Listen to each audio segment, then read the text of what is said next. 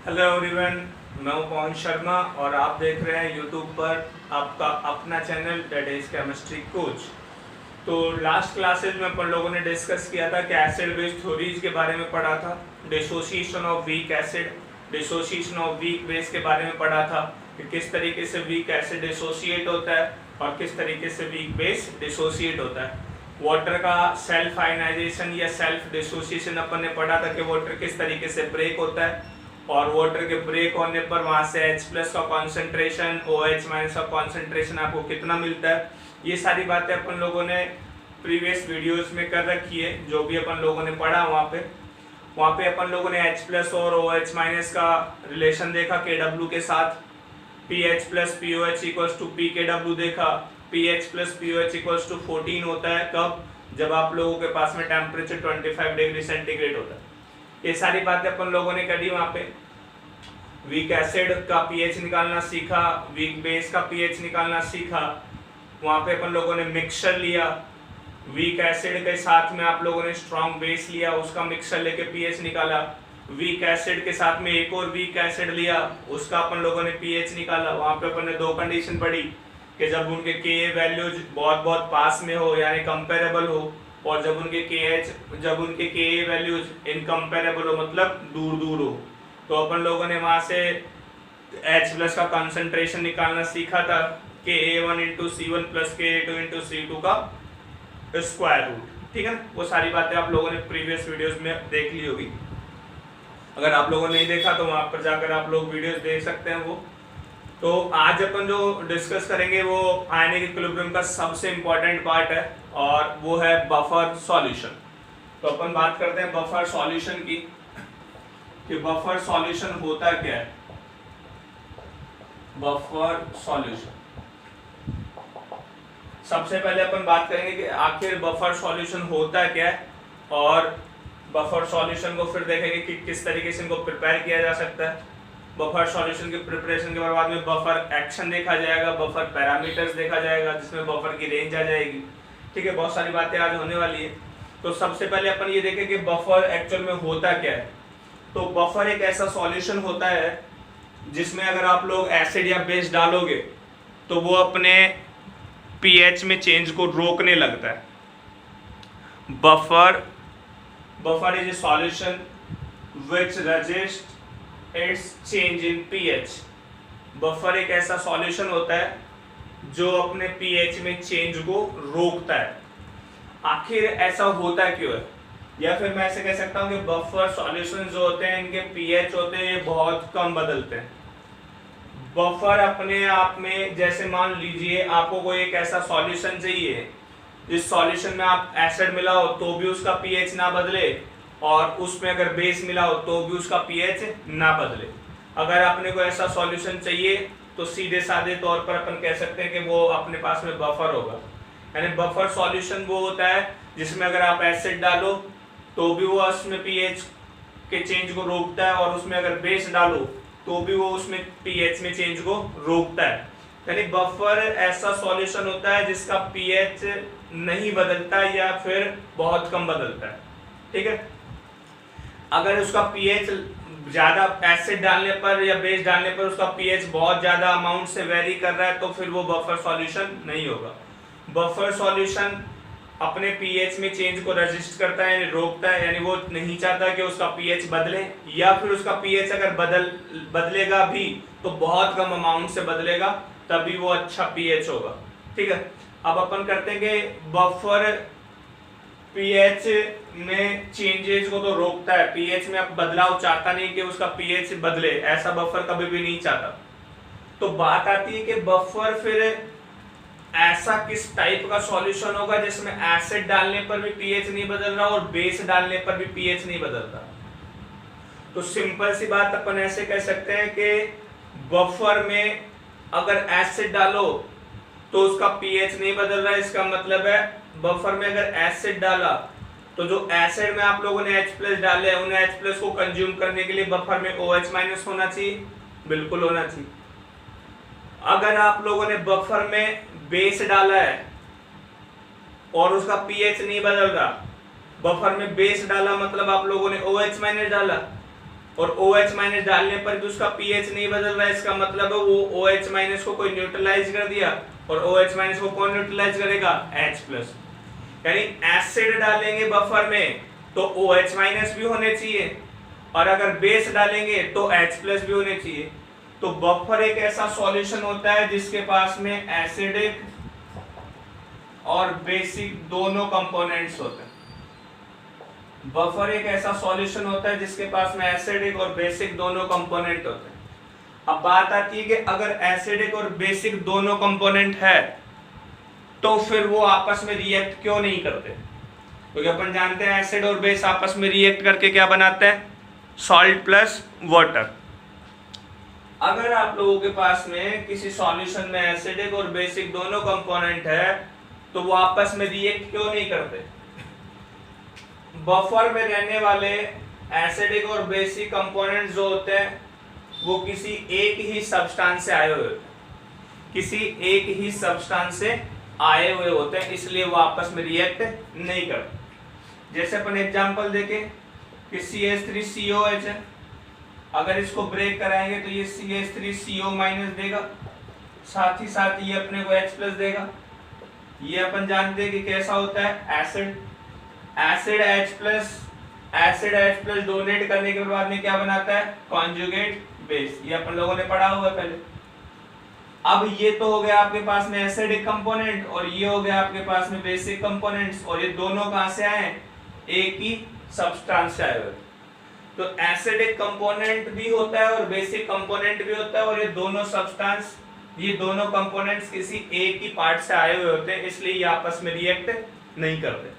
तो दो सिंपल सी क्लियर सी बातें हैं कि बफर क्या होता है। तो बफर एक ऐसा सॉल्यूशन होता है जो कभी भी नहीं चाहता कि उसका पीएच बदले, या फिर ऐसा सॉल्यूशन होता है जो अपने पीएच में बदलाव को रोकता है। बात आती है कि पीएच में बदलाव को रोकता है तो फिर उसमें ऐसा क्या होता है? तो अपन कहेंगे कि बफर में एसिडिक और बेसिक दोनों पार्ट होते हैं। फिर वो पूछता है कि एसिडिक और बेसिक दोनों पार्ट होते हैं तो वो आपस में रिएक्ट क्यों नहीं करते? तो अपन कह देंगे कि जो एसिडिक और बेसिक जो दोनों पार्ट होते हैं वो किसी एक ही कंपोनेंट से आए हुए होते हैं, इसलिए वो आपस में रिएक्ट नहीं करते। क्लियर है बात यहाँ पे? अब अपन देखते हैं कि बफर के टाइप कितने होते हैं, बफर सॉल्यूशन, और इसके टाइप कितने होंगे। तो हमेशा की तरह बफर सॉल्यूशन के भी दो टाइप होते हैं, एक होता है एसिडिक बफर सॉल्यूशन और दूसरा होता है बेसिक बफर सॉल्यूशन। तो पहला हो जाएगा एसिडिक बफर और दूसरा आपके पास में हो जाएगा basic buffer. Basic buffer, acidic buffer क्या होंगे और बेसिक बफर क्या होंगे, मैं बहुत धीरे धीरे आप लोगों को ये समझा रहा हूं, तो आप लोग इन चीजों को बहुत तरीके से समझिएगा। अगर कोई डाउट हो तो आप लोग मुझे कमेंट करके बताइएगा। और बहुत स्लोली पढ़ा रहा हूँ क्योंकि ये जो बफर है ये आना बहुत इंपॉर्टेंट है, ये समझ में आना चाहिए। और हर साल यहाँ से एक क्वेश्चन डेफिनेटली नीट और IIT मेंस दोनों में आता है हर साल, तो ये अपने को समझ में आना चाहिए। अब बात आती है कि एसिडिक बफर क्या होगा और बेसिक बफर क्या होगा। तो सबसे पहले एसिडिक बफर और बेसिक बफर बनाए कैसे, इनको पहचाने कैसे।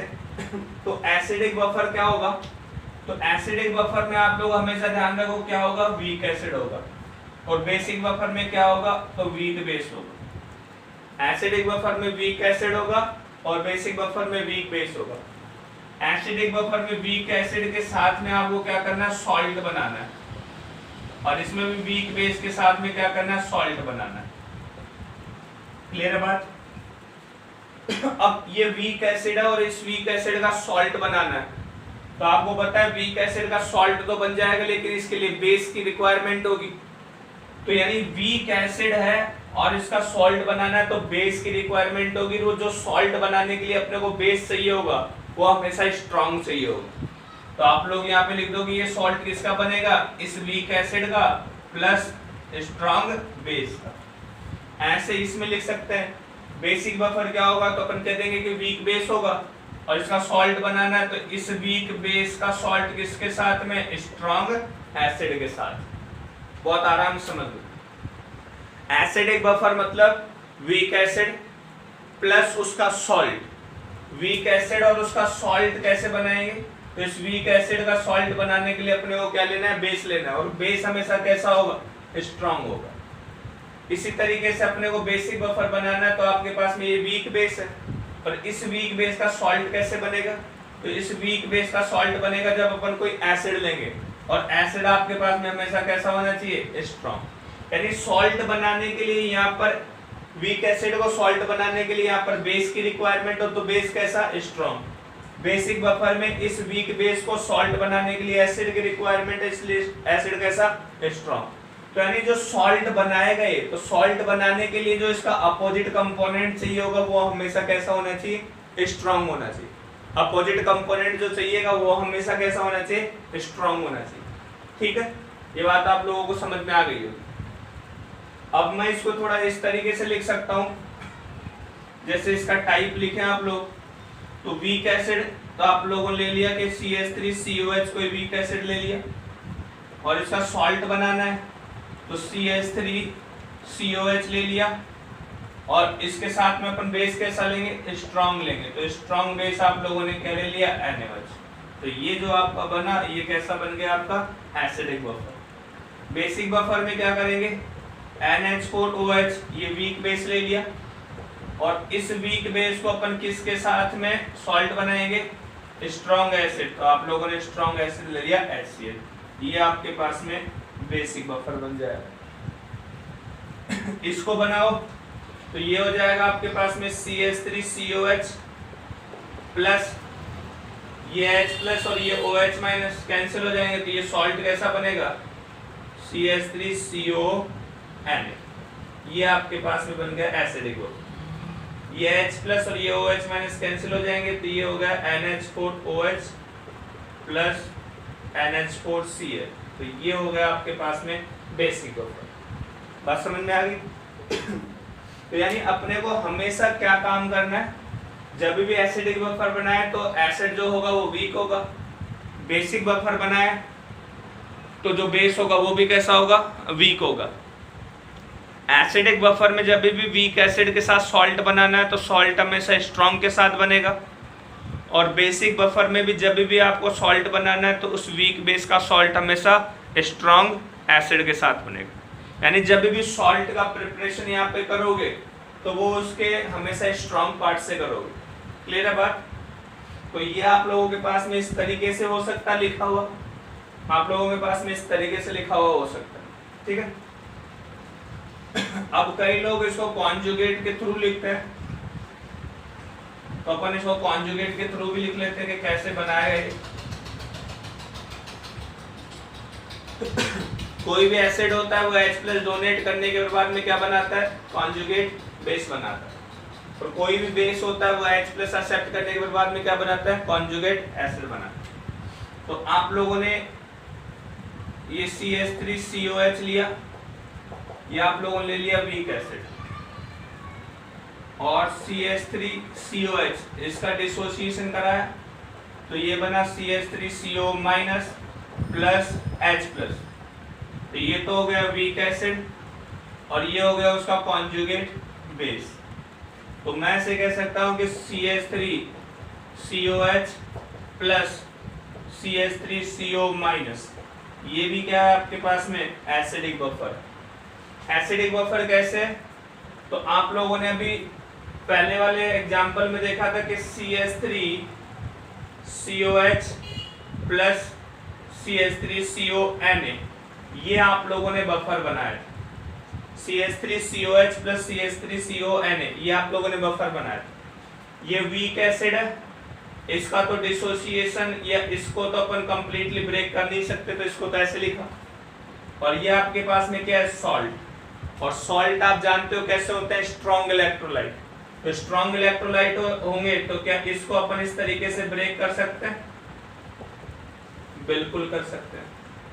ये वीक एसिड है इसलिए मैंने इसको इस तरीके से ब्रेक नहीं किया, और जबकि ये सॉल्ट और सॉल्ट जो होते हैं वो स्ट्रॉन्ग इलेक्ट्रोलाइट होते हैं, इसलिए मैंने इसको ब्रेक कर लिया। ये आप लोगों के पास में स्पेक्टेटर आयन बनता है, इसलिए आप लोगों ने इसको एसिडिक बफर बोल दिया। क्लियर है बात? तो weak acid plus it's conjugate base, weak acid plus it's conjugate base. क्या बनाया ये? Acidic buffer. क्या बना ये? Acidic buffer. क्लियर है बात? इसी तरीके से अपन बेसिक बफर बना सकते हैं।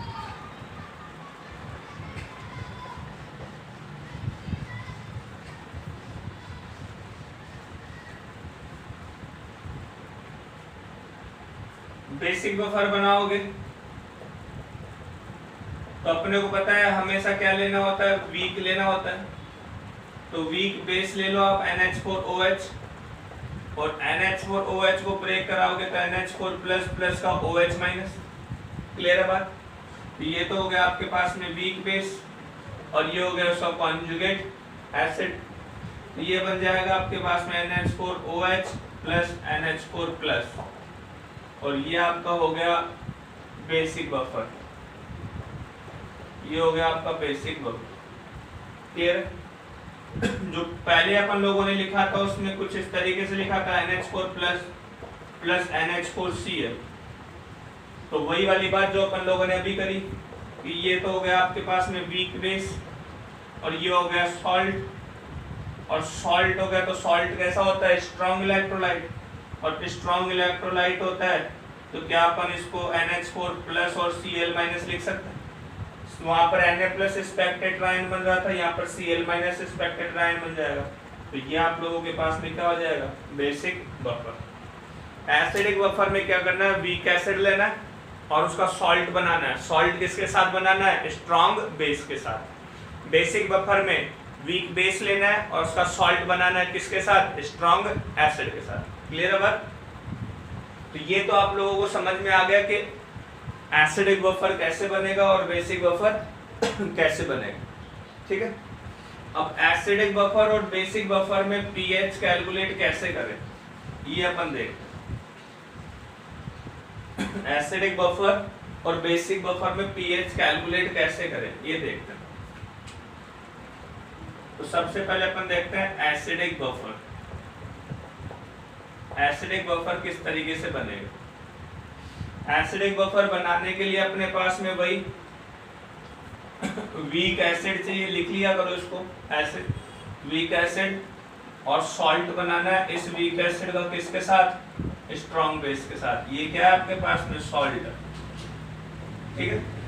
वीक एसिड ले लिया और इस वीक एसिड का किसके साथ? स्ट्रॉन्ग बेस के साथ अपने को क्या बनाना है? सॉल्ट बनाना है। तो ये अपने पास में हो गया एसिडिक बफर। अब इस एसिडिक बफर में पीएच की कैलकुलेशन कैसे करेंगे? इस एसिडिक बफर में पीएच की कैलकुलेशन कैसे की जाएगी? तो ये अपने पास में क्या हो गया? सॉल्ट हो गया। तो ये अपने पास में सॉल्ट हो गया। अब इसमें अपन पीएच कैलकुलेट कैसे करें वो देखना है, तो थोड़ा ध्यान से देखना।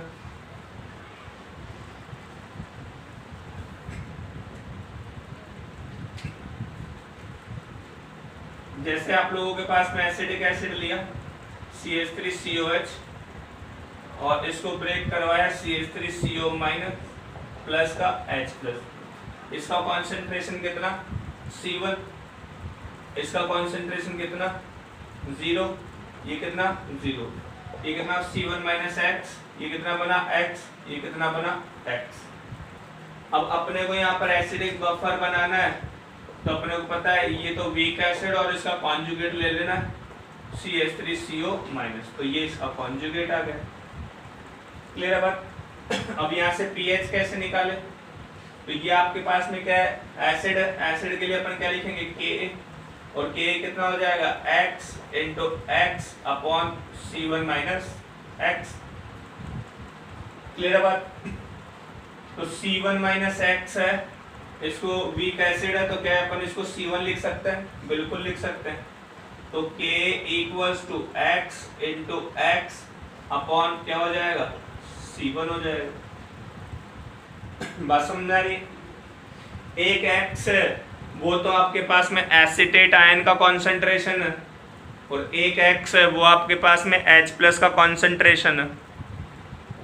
तो इसको फॉर्मूले में कन्वर्ट करने के लिए अपन इस तरीके से लिख सकते हैं कि Ka equals to CH3CO minus into H plus upon CH3COH लिख सकते हैं इस तरीके से। अब अपने को pH निकालना है, तो pH निकालने के लिए अपने पास में क्या होना चाहिए, Ka इंटू CH3COH का concentration divided by CH3CO minus का कॉन्सेंट्रेशन इक्वल्स टू, ये अपने पास में आ जाएगा H प्लस। सिंपल है, H प्लस को इसको मल्टीप्लाई करवा दिए, इसको डिवाइड करवा दिए। pH निकालने के लिए क्या करें, माइनस लॉग ले लें, तो माइनस के लॉग Ka इंटू ये हो गया आपके पास में एसिड, तो इसका concentration CH3COH upon CH3CO minus का कॉन्सेंट्रेशन इक्वल्स टू माइनस के लॉग H प्लस। क्लियर है बात क्लियर है। माइनस का लॉग H प्लस कन्वर्ट हो जाएगा pH में, माइनस का लॉग H प्लस कन्वर्ट हो गया pH में, और ये हो जाएगा माइनस के लॉग, इसको तो पूरे को मान लो आप y और इसको मान लो x, log x into Y, log x into Y, log x plus log y।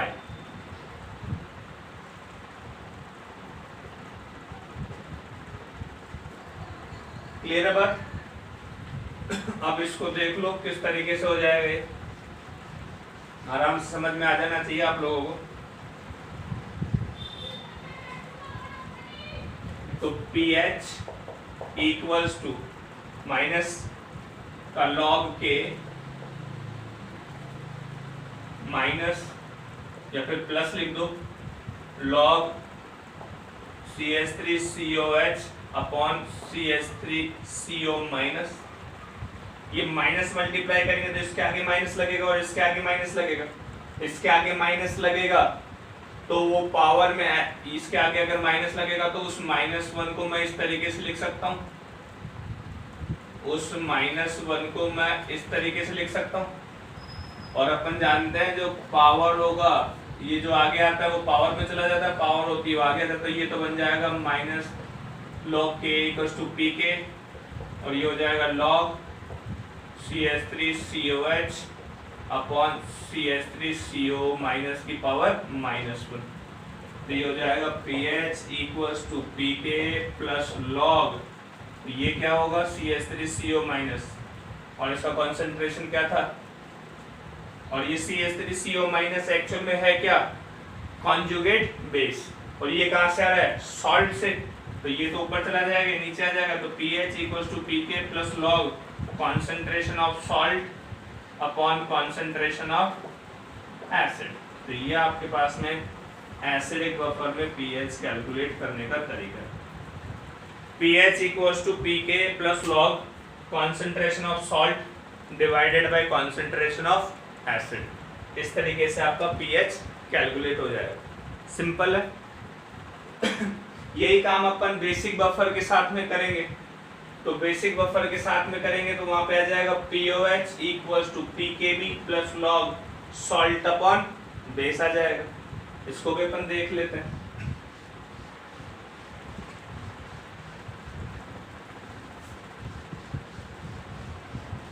ये फॉर्मूला आप ध्यान रखिएगा, pH equals to PK plus log concentration of salt upon concentration of acid. यहाँ पर कंफ्यूज होने का कोई दिक्कत नहीं है, कंफ्यूज होने की कोई बात नहीं होनी चाहिए।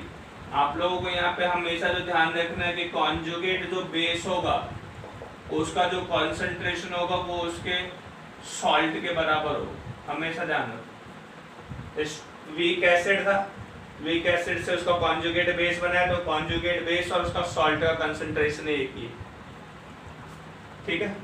और आपके पास में अगर बेसिक बफर में चले तो कॉन्जुगेट एसिड और उसका जो सॉल्ट बनेगा उसका कॉन्सेंट्रेशन क्या रहेगा, एक ही रहेगा। तो इस बात को आप ध्यान रखिएगा। कॉन्जुगेट बेस का मतलब जो आएगा वो कॉन्सेंट्रेशन उसकी सॉल्ट से आने वाली कॉन्सेंट्रेशन होगी, और कॉन्जुगेट एसिड की जो कॉन्सेंट्रेशन होगी वो भी उसके सॉल्ट से आने वाली कॉन्सेंट्रेशन होगी, ठीक है। समझ में आ रहा है आपको? इसी तरीके से अपन बेसिक बफर ले,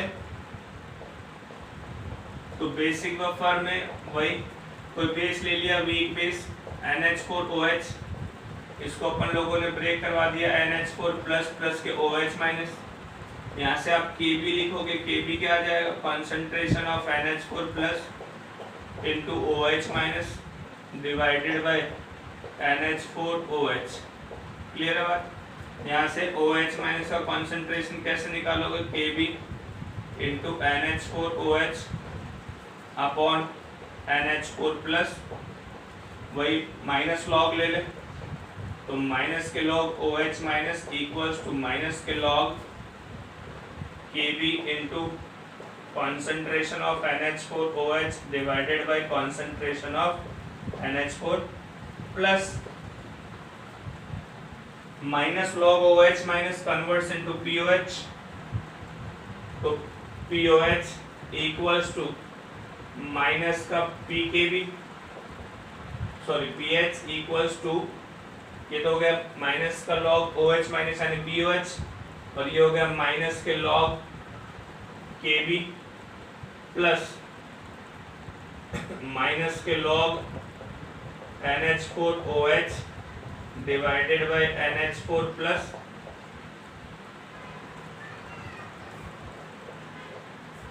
तो ये तो हो गया POH माइनस लॉग KB यानी PKB, और ये -1, तो ये हो जाएगा POH equals to PKB plus log, ये ऊपर चला जाएगा तो concentration of salt divided by concentration of base. पता है ना आप लोगों को, इसको -1 लिख सकता हूँ, माइनस को -1, तो कोई भी पावर में रहता है वो आगे आ जाता है, तो -1 आ गया तो अपन इसको पावर में भेज दे, तो पावर में जाके -1 हो जाएगा, तो -1 हो जाएगा तो डिनोमिनेटर न्यूमरेटर में आ जाएगा और न्यूमरेटर डिनोमिनेटर में आ जाएगा।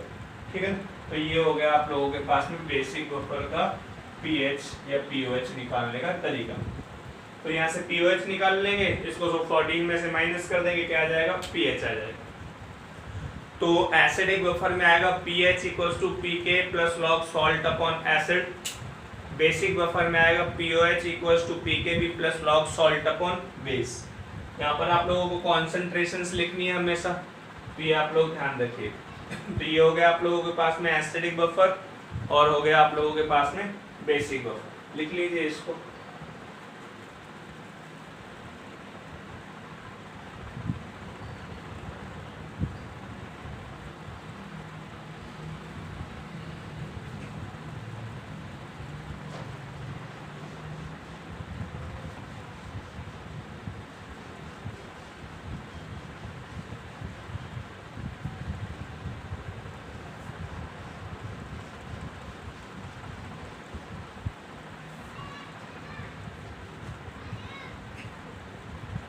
अब बात करते हैं बफर एक्शन के। बफर एक्शन, मान लो आपके पास में एसिडिक बफर है, आपके पास में एसिडिक बफर है और उसमें पहला एक्शन कर रहे हैं कि एसिडिक बफर में आप लोगों ने बेस मिला दिया, ऑन एडिंग स्ट्रॉन्ग बेस। आप लोगों ने यहाँ पे NaOH मिलाया और NaOH का कॉन्सेंट्रेशन आप लोगों ने कुछ X ले लिया। X कॉन्सेंट्रेशन वाला NaOH आप लोगों ने मिला दिया, तो इस एसिडिक बफर पे क्या होगा? सिंपल सी बात है, देखो ज़्यादा कुछ नहीं। एसिडिक बफर है, अगर एसिडिक बफर है और उसमें बेस मिलाओगे तो एसिडिक बफर का एसिड इस बेस के साथ रिएक्ट करके क्या बना देगा? सॉल्ट बना देगा।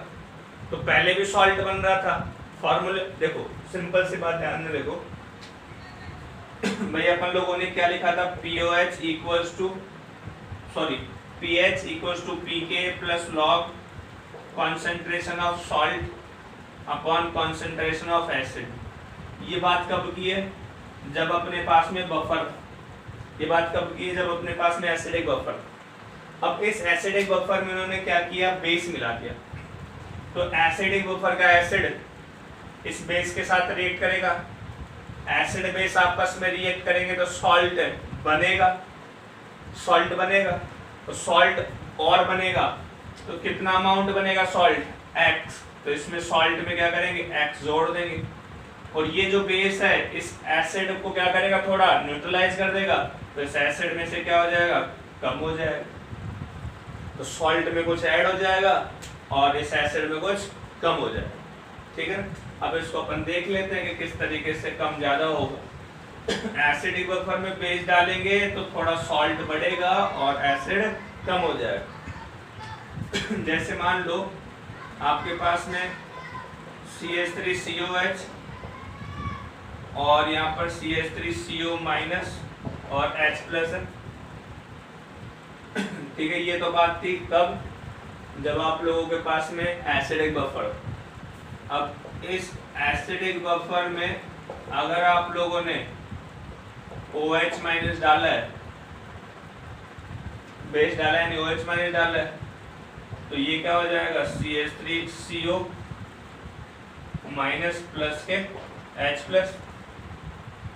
बेस डाल दिया आप लोगों ने, बेस डाल दिया तो क्या करेगा, सॉल्ट बनाएगा।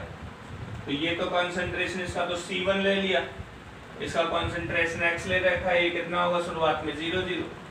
C1 आपके पास में यहाँ पे ज्यादा है, ये बात आपको ध्यान रखनी है। जो कंसंट्रेशन आप लोगों ने डाली है वो कम है, तो C1 में से X होगा, ये X पूरा का पूरा कितना हो जाएगा 0, ये कितना बन जाएगा X, और ये कितना हो जाएगा X। क्लियर है बात। इसकी कंसंट्रेशन अपन C1 मान रखे थे, ये बेस आपके पास में इसका ये कॉन्जुगेट बेस है, इसका कंसंट्रेशन कितना था, C2 था, ये शुरुआत में कितना था C2, तो ये आपके पास में आ गया। तो अपन जानते हैं pH = pK plus log concentration of salt, concentration of salt C2 + X upon concentration of acid C1 - X। Simple सी बात। यानी एसिडिक बफर में अगर बेस डालोगे तो सॉल्ट बनेगा, तो सॉल्ट क्या होगा, बढ़ जाएगा, जितना अमाउंट से आपने डाला उतना अमाउंट बढ़ गया, और एसिड आपका क्या होगा, कम हो जाएगा। सिंपल सी बात है। तो ये तो था आपका पहला एक्शन, जब आप लोगों ने कोई बेस उसमें ऐड करवाया। अब दूसरा करते हैं।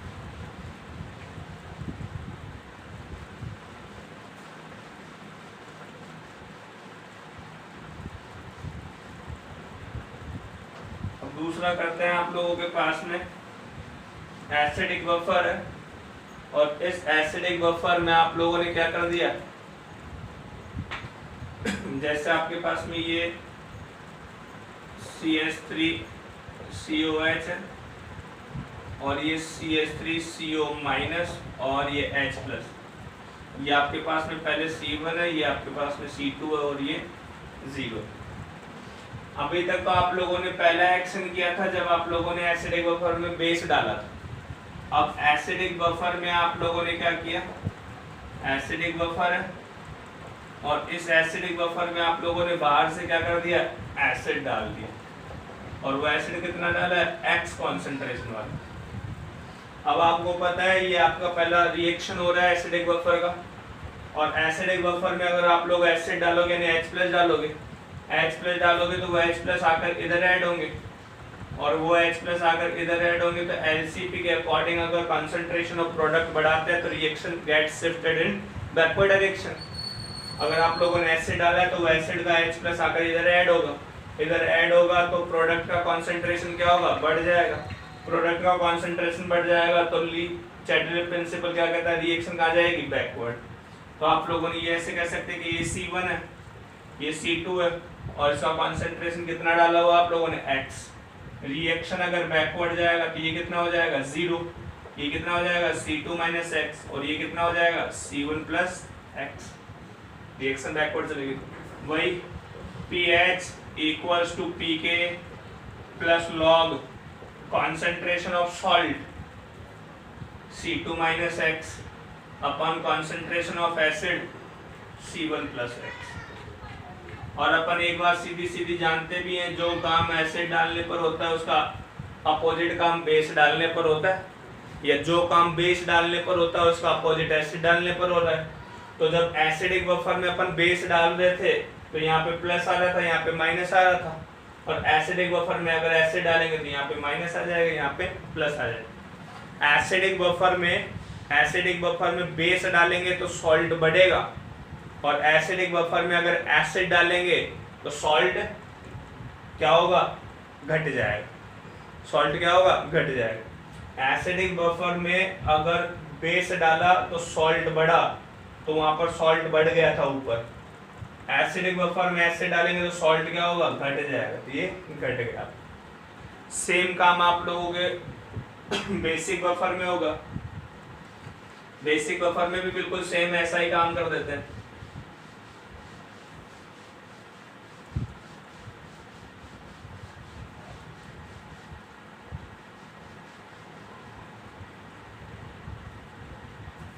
तो ये आपके पास में बेसिक बफर है, तो बेसिक बफर हो गया NH4OH, और ये हो गया NH4 प्लस OH माइनस। ठीक है। अब इसमें पहला एक्शन क्या देखें, बेसिक बफर में अपन ने कोई एसिड डाल दिया X कॉन्सेंट्रेशन वाला। ठीक है, तो बेसिक बफर का बेस इस एसिड के साथ रिएक्ट करके क्या बनाएगा, सॉल्ट बनाएगा। तो NH4OH और ये एसिड H+, ये क्या करेंगे, NH4 प्लस और OH माइनस। इसका कॉन्सेंट्रेशन C1, इसका कॉन्सेंट्रेशन आप लोगों ने X डाला है, इसका कॉन्सेंट्रेशन आप लोगों ने C2 पहले से मान रखा है, और ये कितना है, 0। या फिर इसको C1 में से X चला जाएगा, ये 0 हो जाएगा, ये कितना हो जाएगा, C2 प्लस X। तो वही POH equals to PKB plus log salt C2 plus X upon base C1 minus X। बात समझ में आ गई? सिंपल है, कोई खास बात नहीं है। जैसा काम आप लोगों ने एसिडिक बफर में किया है, ठीक वैसा ही काम आपको बेसिक बफर में करना है। एसिडिक बफर में बेस डालेंगे तो सॉल्ट बढ़ जाएगा, और बेसिक बफर में अगर एसिड डालेंगे तो भी सॉल्ट बढ़ जाएगा। इसका दूसरा पार्ट, अगर एसिड की जगह अगर आप लोगों ने कोई बेस ऐड करवा दिया, बेस यानी कोई OH माइनस ऐड करवा दिया। अब OH माइनस ऐड करवा दिया तो OH माइनस आकर इधर ऐड होगा, इधर ऐड होगा तो रिएक्शन पीछे भागेगी, रिएक्शन पीछे भागेगी तो ये बढ़ेगा, ये बढ़ेगा यानी C1 के साथ में कुछ ऐड हो जाएगा और C2 के साथ में कुछ घट जाएगा। तो POH equals to PKB plus log C2 minus X upon C1 plus X। एक काम आपको ध्यान होना चाहिए, बस उसी के भी आप पर अपने को सारे काम कर लेने। जो काम एसिड डालने पर होगा उसका अपोजिट काम बेस डालने पर होगा। एसिडिक बफर में बेस डालो सॉल्ट बढ़ेगा, बेसिक बफर में एसिड डालो तो सॉल्ट बढ़ेगा, बाकी सॉल्ट क्या हो जाएगा, कम हो जाएगा। ठीक है, एसिड में बेस डालेंगे, एसिडिक बफर में बेस डालेंगे सॉल्ट बढ़ा देंगे, एसिडिक बफर में एसिड डालेंगे सॉल्ट घटा देंगे, बेसिक बफर में एसिड डालेंगे सॉल्ट बढ़ा देंगे, और बेसिक बफर में बेस डालेंगे सॉल्ट घटा देंगे। सिंपल बात समझ में आ गई ना? तो ऐसा सब कुछ आप लोगों के पास में चलता रहेगा। कई लोग पूछ रहे थे कि सर नीट का एग्जाम का क्या होगा, तो भैया नीट के एग्जाम का तो क्या होगा ये तो अपने को पता नहीं है, क्योंकि ना ही मैं सरकार में बैठता हूँ, ना ही मेरे को कोई ज़्यादा जानकारी है कि क्या होगा, क्योंकि ये तो गवर्नमेंट ही बताए क्या होगा। लेकिन एक बात मुझे अच्छे से पता है कि आप लोगों को बिल्कुल जैसा आप पढ़ते हुए आ रहे हो एकदम शुरुआत के टाइम से, अप्रैल से, पिछले अप्रैल से, वैसा ही बिल्कुल आप पढ़ते रहिए। क्योंकि एक बात तो अपन जानते हैं कि एग्जाम हो सकता है कि अभी एक आध महीना लेट हो या 2 महीना लेट हो, लेकिन एक बात अपन जानते हैं कि एग्जाम आने वाले मई से पहले होगा, या आने वाले मई में तो डेफिनेट होगा। तो यानी आने वाले मई तक तो अपन तैयार है कि आने वाले मई में भी अगर एग्जाम होगा तो अपन अपने तरीके से करेंगे। ठीक है, अभी हो जाए तो बहुत ही बढ़िया है, और ना होए तो फिर उसका तो अपन कुछ कर भी नहीं सकते, अपने पास में ऐसा कोई सॉल्यूशन भी नहीं है कि अपन कुछ कर पाए।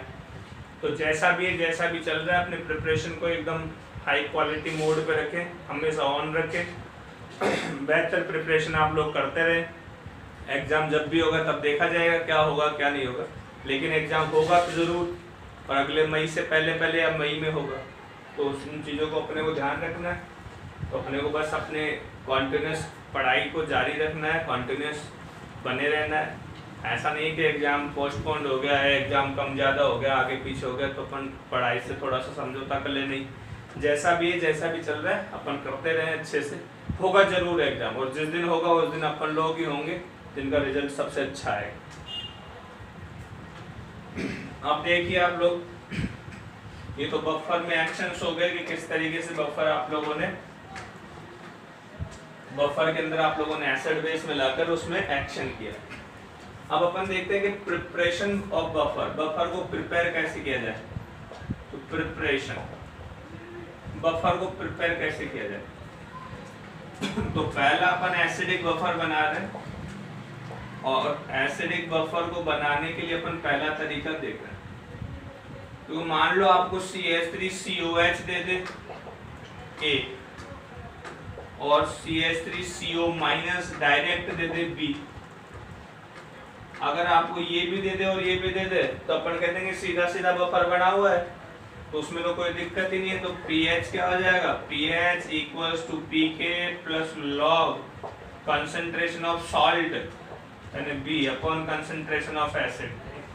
यहाँ तक तो अपने को कोई दिक्कत ही नहीं है। अगर डायरेक्ट ही ऐसा दे दे तो इसका मतलब बफर बना हुआ अपने को दिया हुआ है, तो इसमें तो कोई दिक्कत वाली बात होनी नहीं चाहिए, ठीक है। लेकिन दूसरा जो तरीका आता है वो बड़ा इंपॉर्टेंट है। मान लो अगर अपने को अब की बार एसिड तो दे दे, इस एसिड का कंसंट्रेशन दे दे मान लो C1, और इस एसिड के साथ में अपने को जो बेस दे, मान लो आप लोगों को NaOH दे दिया, वो दे दिया X।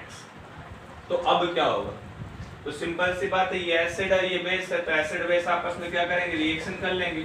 तो CH3COH प्लस NaOH ये क्या बना लेंगे, CH3CO माइनस Na प्लस का H2। सिंपल सी बात है, अपन जानते हैं acid plus base salt plus water, इसका कंसंट्रेशन C1, ये X, ये 0 और ये 0, तो C1 माइनस X ये 0, ये कितना हो जाएगा X, और ये भी कितना हो जाएगा X। pH निकाल लो, तो pH equals to pKa plus log concentration of salt upon concentration of acid.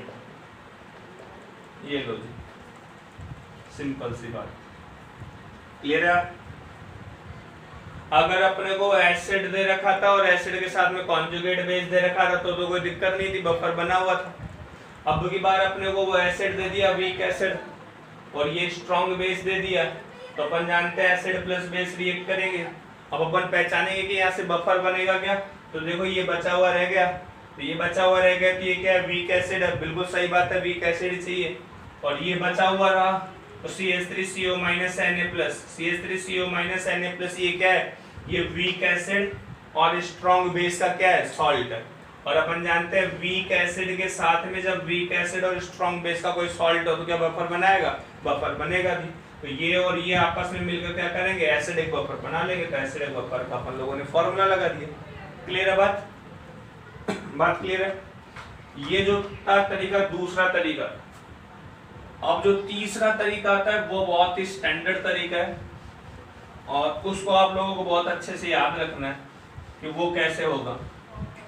तो तीसरे तरीके में आप लोगों को क्या होगा, इसने CH3CONA अपने को एक सॉल्ट दे रखा है C2 कॉन्सेंट्रेशन का मान लो, और इस सॉल्ट के साथ साथ उसने अपने को एक एसिड दे दिया HCl, और इसका कॉन्सेंट्रेशन दे दिया X। अपने को क्या किया, एक सॉल्ट दिया और सॉल्ट का कॉन्सेंट्रेशन है C2,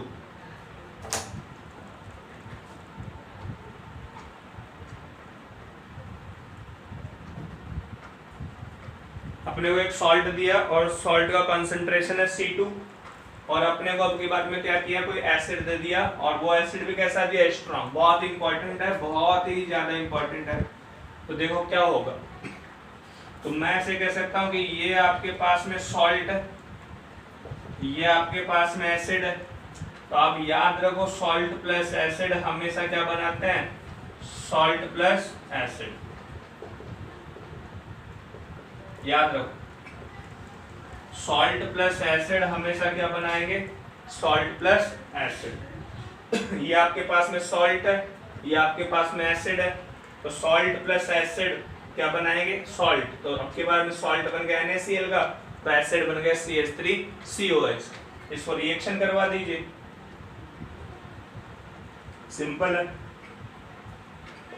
ये दे रखा आपको C2, ये दे रखा आपको कितना C2, ये आपको कितना दे रखा है X, ये आपको शुरुआत में दिया हुआ नहीं, ये कितना हो जाएगा C2 माइनस X, ये हो जाएगा 0, ये हो जाएगा X, और ये भी कितना हो जाएगा X। थोड़ा ध्यान देना, फॉर्मूला लगाओ, pH equals to pK plus log salt upon acid, pH equals to pK plus log salt upon acid। अब यहाँ पे अपने को सॉल्ट लेना है, तो भैया बात आ रही कि सॉल्ट एक तो ये है और एक अपने को सॉल्ट ये है। अब अपने को सॉल्ट कैसा लेना होता है, वीक एसिड का स्ट्रॉन्ग बेस के साथ सॉल्ट, तो वीक एसिड का स्ट्रॉन्ग बेस के साथ सॉल्ट। ये वाला सॉल्ट नहीं लेंगे क्योंकि यहाँ पर तो NaOH वो भी स्ट्रॉन्ग, HCl वो भी स्ट्रॉन्ग, तो ये वाला सॉल्ट काम में नहीं आएगा, तो ये वाला सॉल्ट काम में आएगा। वीक है, pH equals to pK plus log salt upon acid, और एसिड हमेशा कैसे लेते हैं, वीक, तो एसिड ये नहीं लेना है, एसिड कैसा लेना है, ये वाला। बात समझ में आ गई ना। तो अपन ने जो अपने को बफर का कंडीशन पता होना चाहिए कि भैया जो एसिडिक बफर में एसिड कैसा होगा, वीक होगा, तो ये एसिडिक बफर बन रहा है, तो एसिड बफर में ये एसिड लेना है, कैसा लेना है, वीक, तो ये वाला वीक है। और जो आप लोगों के पास में सॉल्ट लेना है, उसका सॉल्ट हमेशा कैसा लेना होता है, स्ट्रॉन्ग के साथ में, तो स्ट्रॉन्ग के साथ में सॉल्ट दिया, तो pH equals to pK plus log salt C2 minus X upon acid that is X। तो ये आपके पास में सबसे इंपॉर्टेंट, ध्यान रखिएगा, बहुत important, pH equals to pK plus log C2 minus X upon X। बहुत ज्यादा इंपॉर्टेंट है, इसको ध्यान रखिएगा।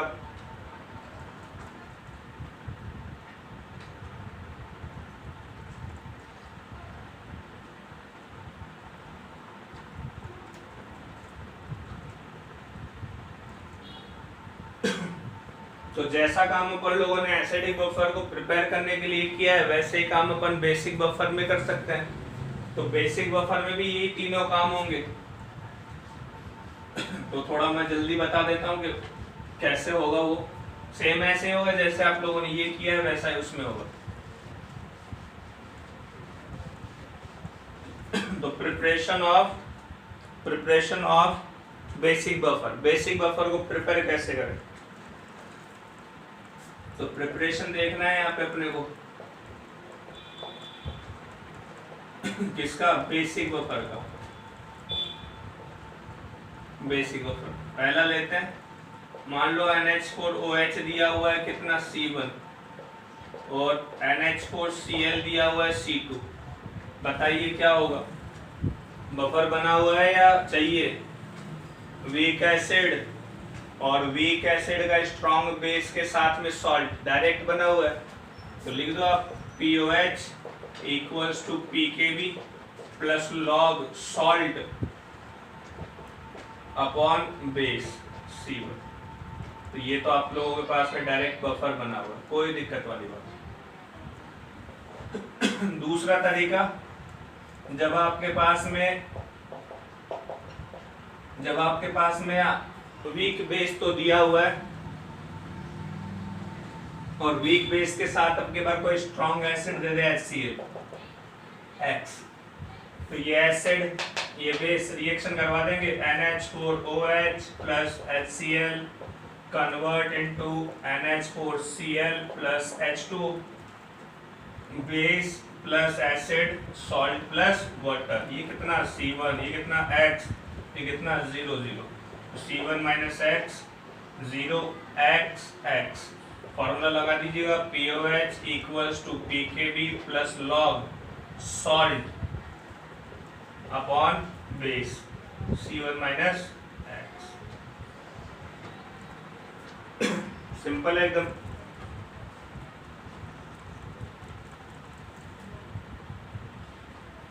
बेसिक बफर प्रिपेयर करने का थर्ड तरीका है, बेसिक बफर प्रिपेयर करने का थर्ड तरीका देखो, मान लो आप लोगों के पास में NH4Cl है, ये दे रखा है C2, NH4Cl है, ये दे रखा है C2, और इसके साथ में आप लोगों को क्या दे दिया, इसके साथ में आप लोगों को मान लो NaOH दे दिया, क्या दे दिया, NaOH, और कैसा दे दिया, X। तो NH4Cl सॉल्ट प्लस बेस क्या हो जाएगा, सॉल्ट प्लस बेस, ये बात आपको ध्यान रखनी। सॉल्ट प्लस बेस क्या बनाएगा, नया सॉल्ट और नया बेस। वहां पे क्या था, सॉल्ट प्लस एसिड, क्या बना था, सॉल्ट प्लस एसिड। ये दे रखा है C2, ये दे रखा है X, ये दे रखा है 0 0, C2 माइनस X, ये 0, ये X और ये X। POH equals to PKB plus log salt, कौन सा सॉल्ट, ये वाला C2 minus X, salt upon base, कौन सा बेस, ये वाला। ठीक है जी, ये आपका बेसिक बफर को प्रिपेयर करने के तरीके हो गए।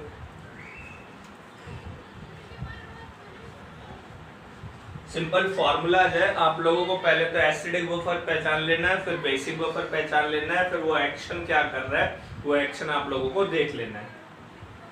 सिंपल है, आप लोगों के पास में कोई खास ज्यादा है नहीं, ये फॉर्मूलेज है, ये आपको एक बार तरीका समझ में आ जाना चाहिए और ये फॉर्मूला आप लोगों को ध्यान में होना चाहिए, आसानी से काम हो जाएगा। ठीक है,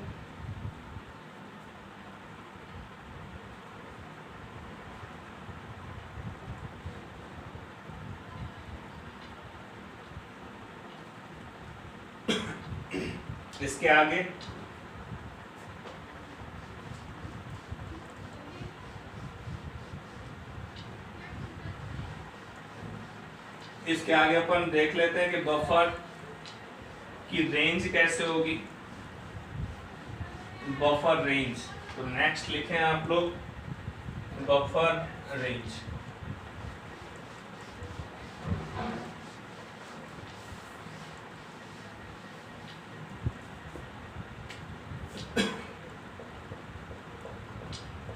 जो बफर है उसका रेंज कैसे निकालें, तो अपने को पता है कि pH equals to pK plus log salt upon acid होता है।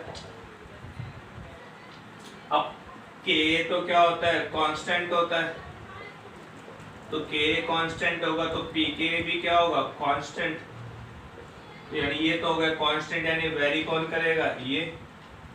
तो पहला केस ले लेते हैं कि इसमें मान लो सॉल्ट बाय एसिड ये आपका 0.1 हो जाए, तो कितना हो जाएगा, pH equals to pK plus log 0.1, log 0.1 मतलब 10 पावर 0.1 मतलब 1/10, 1/10 मतलब 10 पावर -1, तो ये हो जाएगा pH equals to pKa minus का 1। यानी यहाँ पे क्या है, सॉल्ट बाय एसिड, यानी एसिड बहुत ज्यादा और सॉल्ट आपके पास में बहुत कम, तो ये। दूसरा केस सॉल्ट बाय एसिड जो है वो आप लोगों का 1/0.1 हो जाए, 1/0.1 मतलब 10 हो जाए, तो pH equals to pK plus log 10 कितना आ जाएगा, 1। यानी जो बफर की रेंज है, अपन लोगों ने कहा था कि buffer is a solution which resist in its pH, जो अपने pH में बदलाव को रोकता है वही क्या होता है, बफर होता है।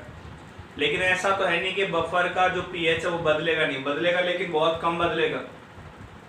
तो उसने कहा कि बफर का pH जो है वो तो उसके pK वैल्यू में या तो मैक्सिमम +1 हो जाए तो भी चलेगा, और या उसके pK वैल्यू में से -1 हो जाए तो भी चलेगा। यानी ये वाला जो पीके ये वाला जो बफर का रेंज है वो एक्सेप्टेबल रेंज है। अगर पीके +1 से आगे जाता है +2 +3 तो वो फिर बफर नहीं होगा, क्योंकि वो बफर के लिए रेंज नहीं होगी। यानी मैक्सिमम रेंज क्या हो सकती है, +1 हो सकता है पीके में, और मिनिमम रेंज क्या हो सकती है, पीके में से -1 हो सकता है। तो इस रेंज में आपका घूम सकता है। लेकिन अपन कहें कि सबसे बेस्ट यानी सर्वश्रेष्ठ बफर कौन सा होगा, तो सर्वश्रेष्ठ बफर तो वही होगा जो जिससे उसका पीएच बिल्कुल ना बदले। सर्वश्रेष्ठ बफर क्या होगा, जिसका पीएच बिल्कुल ना बदले। और भैया पीएच बिल्कुल ना बदले यानी pH = pKa + log salt by acid।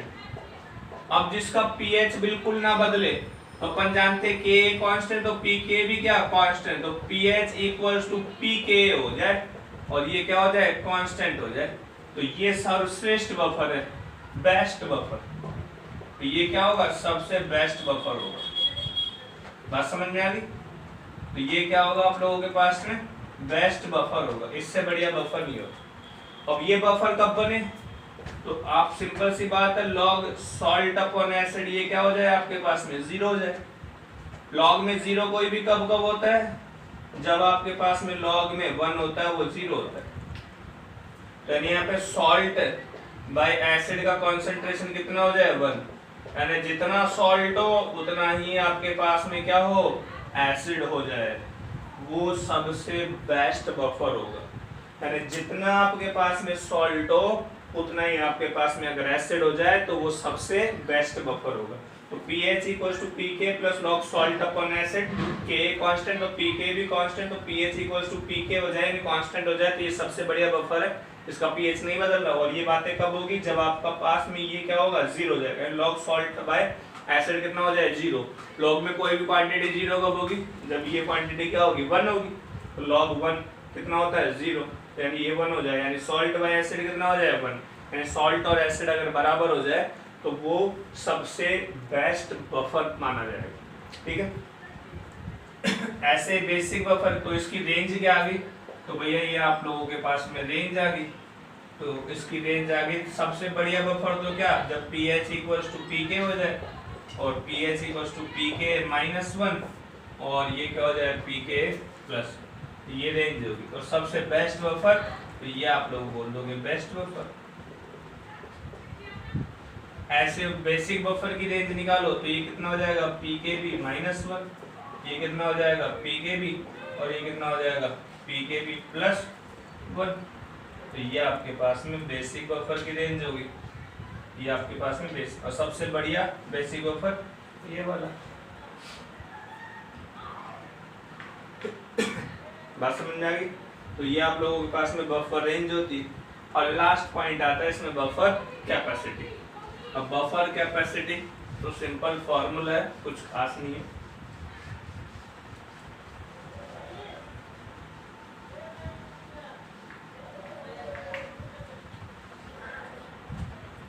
तो बफर कैपेसिटी क्या होती है,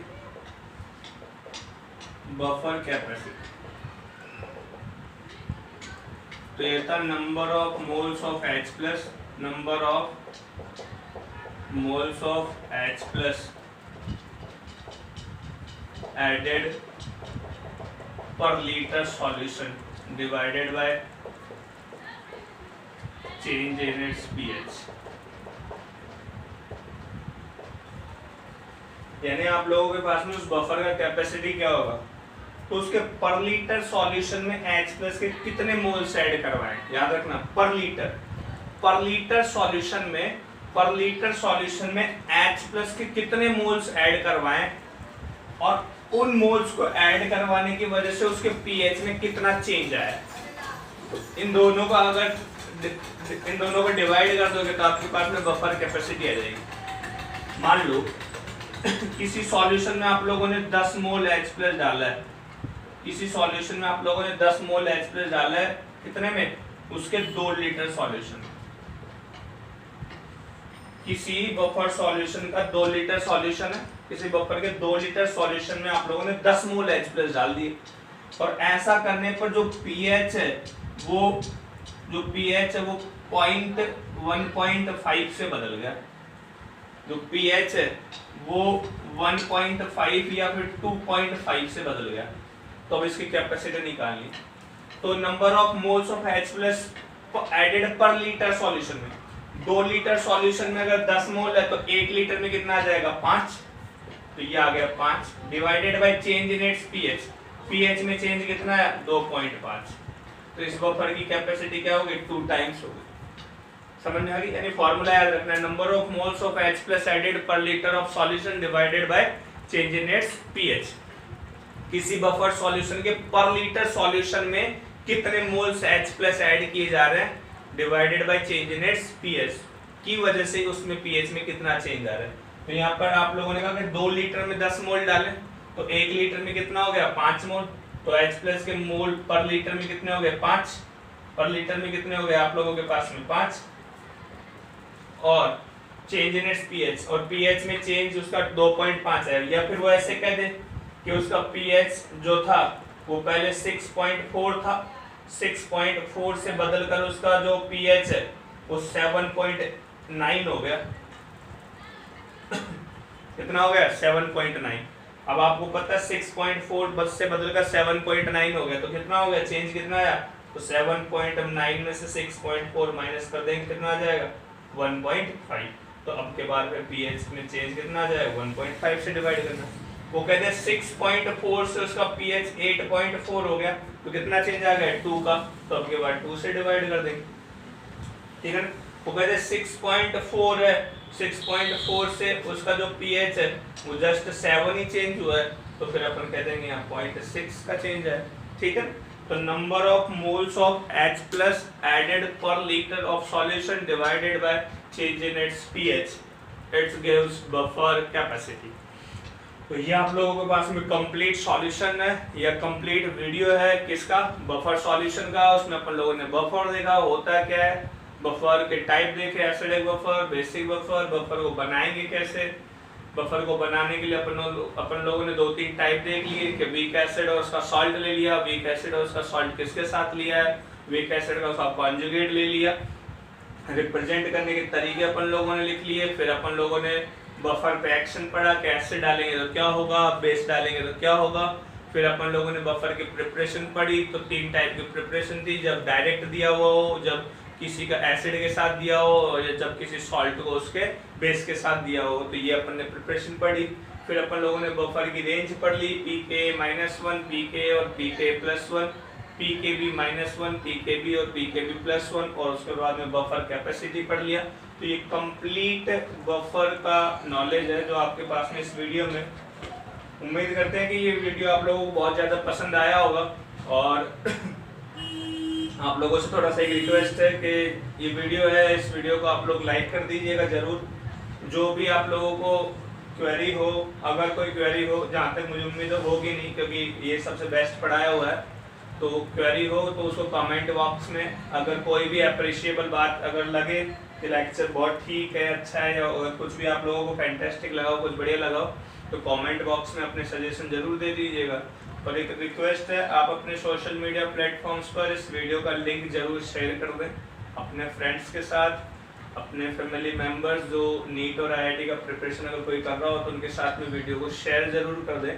और खासकर अपन सोशल मीडिया प्रोफाइल जो भी आपकी है, इंस्टाग्राम, व्हाट्सएप, फेसबुक, उस पर वीडियो को शेयर जरूर कर दें, क्योंकि शेयर करने से लोगों को पता लगेगा कि हाँ कि आप कुछ बेहतरीन पढ़ रहे हो, है ना। तो चैनल को तो सब्सक्राइब कर ही दिया होगा, और थोड़ा सा सपोर्ट ये चाहिए कि लोगों को बोलिएगा कि चैनल को थोड़ा सा सब्सक्राइब कर दे, लिंक भेज दिया। अगर उनको सब्सक्रिप्शन मिलता है तो उससे थोड़ा सा एनर्जी मिलती है कि चलो यार अपन कुछ काम कर रहे हैं, उसको लोग देख रहे हैं। बाकी तो है ही, देखे तो भी ठीक है, ना देखे तो भी ठीक है, अपने को तो अपना काम करना है ना। तो थोड़ा सा आप कोऑपरेट करेंगे तो ज़रूर अपन लोग कुछ बेहतरीन कर पाएंगे, ऐसा नहीं है ना। तो इसके बाद में कल अपन सॉल्ट हाइड्रोलाइसिस पढ़ेंगे, तो कल भूलना मत, कल का टाइमिंग वही रहेगा, 7 साढ़े 7 बजे आप लोगों को कल सॉल्ट हाइड्रोलाइसिस का वीडियो मिल जाएगा। ये वीडियो आपको 7 बजे के आसपास मिल रहा होगा, 7 साढ़े 7 बजे के आसपास, तो देख लीजिएगा एक बार, ठीक है ना। मिलते हैं बाकी नेक्स्ट वीडियो में। चैनल है अपना केमिस्ट्री कोच के नाम से, सब्सक्राइब कर देना, ठीक है। लाइक कमेंट्स, वो कहने की बातें हैं, वो सब बार बार नहीं कही जाती है ना, कर दीजिएगा आप अपने तरीके से। और थोड़ा सा मोटिवेशन ये है कि एग्ज़ाम जब भी हो अपने एग्ज़ाम से थोड़ा सा माइंड को अपसेट नहीं करना है, ठीक है। 13 सितंबर डेट आया हुआ है, पूजा है, बहुत बढ़िया है। नहीं भी हो तो ज़रूर कुछ ना कुछ सर्कमस्टांसेस रहेंगे, तभी गवर्नमेंट एग्ज़ाम नहीं करा रही। बाकी ऐसा कोई होता नहीं है कि गवर्नमेंट अपने मूड से एग्ज़ाम नहीं करा रही।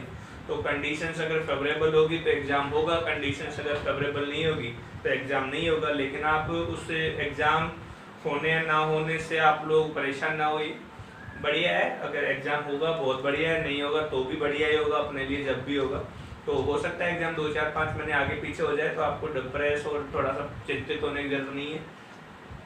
बस ये कि अपनी प्रिपरेशन है वो सबसे बेस्ट रखें। जब भी एग्ज़ाम हो, जब भी आप एग्ज़ाम दो, तब अपना सिलेक्शन श्योर होना चाहिए। ये नहीं कि जब 4-5 महीने बाद में भी एग्ज़ाम हो रहा है, 6 महीने बाद में भी एग्ज़ाम हो रहा है, दे दिया फिर भी सिलेक्शन नहीं हुआ, ऐसा नहीं होना चाहिए। क्योंकि फिर जल्दबाजी किसकी है। तो आराम से बैठें, आराम से पढ़ाई करें, कोई डाउट्स हो कुछ भी हो तो पूछें, और ज़्यादा से ज़्यादा प्रैक्टिस पे ध्यान दें। जितना ज़्यादा प्रैक्टिस करेंगे उतना ज़्यादा सिलेक्शन के चांसेस होंगे। और डरे नहीं, परेशान ना होए, एग्ज़ाम होगा, ज़रूर होगा। नहीं होगा तो कोई बात नहीं, नवंबर में होगा, जनवरी में होगा, नहीं होगा तो मई के अंदर तो होगा ही। तो परेशान होने की ज़रूरत नहीं है।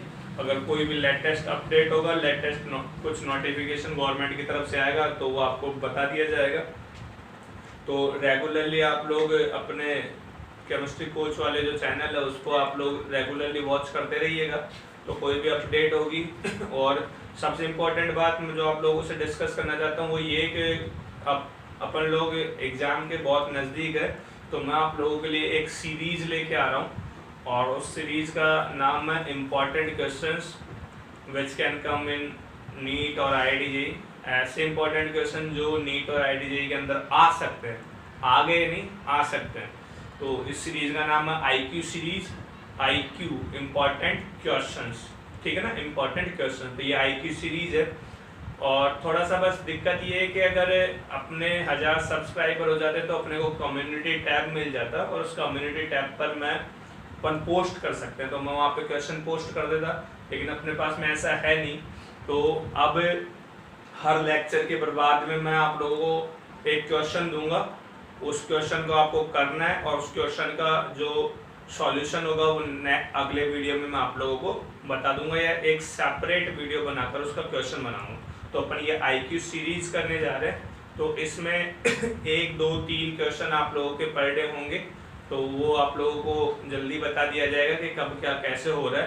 तो जिन लोगों के पास में मेरा नंबर है, व्हाट्सअप नंबर, वो ठीक है, और जिन लोगों के पास में नंबर नहीं है तो वो लोग नंबर मेरा नोट कर लें। मेरा नंबर है 9782076846, 9782076846।